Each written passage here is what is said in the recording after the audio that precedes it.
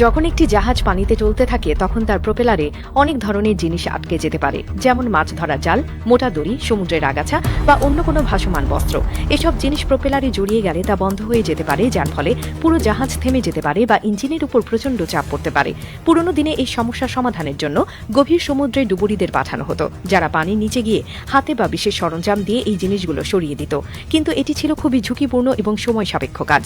কিন্তু আধুনিক প্রযুক্তির কারণে এখন আর সেই সমস্যায় তেমন পড়তে হয় না। নতুন মডেলের জাহাজগুলোর প্রোপেলারের পেছনে বিশেষ ধরনের একটি শার্প কটার লাগানো থাকে, যা জাহাজের পথে আসা যে কোনো বাধা মুহূর্তেই কেটে ফেলতে পারে। এটি এমনভাবে ডিজাইন করা হয়েছে যে যদি কোনো মাছ ধরার জাল বা দড়ি জাহাজের নিচে চলে আসে, তাহলে কটারটি সেটিকে খুব সহজেই দ্বিখণ্ডিত করে ফেলে এবং জাহাজ অবিরাম চলতে পারে। এই কটার এতটাই তীক্ষ্ণ ও শক্তিশালী যে এটি যে কোনো কঠিন বস্তু কাটতে সক্ষম। এমনকি যদি কোনো মানুষও দুর্ঘটনাবশত প্রোপেলারের কাছে চলে আসে, তবে এটি তার জন্য ভয়ানক হতে পারে। প্রোপেলারে আটকে যাওয়ার এই সমস্যাটি এতটাই গুরুত্বপূর্ণ যে এটি বহু বছর ধরে জাহাজ চলাচলের বড় বাধা হয়েছিল। অনেক সময় গভীর সমুদ্রে যখন বড় ট্রলার বা কার্গো জাহাজ চলাচল করত, তখন পরিত্যক্ত ফিশিং নেট বা সমুদ্রের নিচে জমে থাকা দড়িগুলো তাদের প্রোপেলারে আটকে যেত। এটি শুধু যে জাহাজ থামিয়ে দিত তা নয়, বরং অনেক ক্ষেত্রে ইঞ্জিনের উপর এত বেশি চাপ দিত যে সেটি নষ্টও হয়ে যেতে পারত।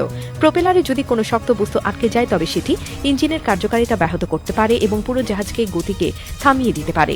এখনকার রোটারি প্রোপেলার কাটার বা শাফট প্রোটেকশন কাটার এই সমস্যার একটি কার্যকর সমাধান দিয়েছে।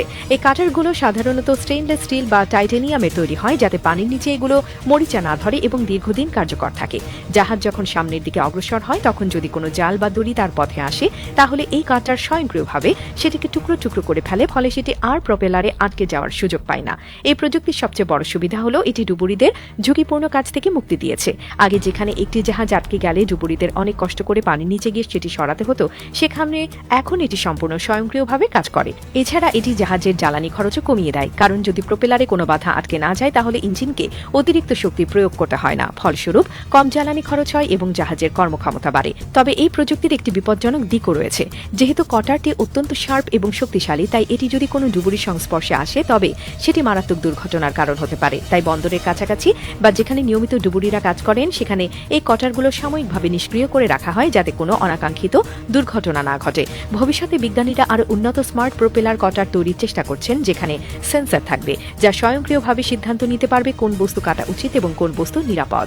এমনকি কিছু উন্নত কটার ইতিমধ্যে বাজারে এসেছে, যেগুলো এআই প্রযুক্তি ব্যবহার করে জাহাজের চারপাশের পরিস্থিতি বিশ্লেষণ করতে পারে এবং প্রয়োজন অনুযায়ী নিজেকে চালু বা বন্ধ করতে পারে।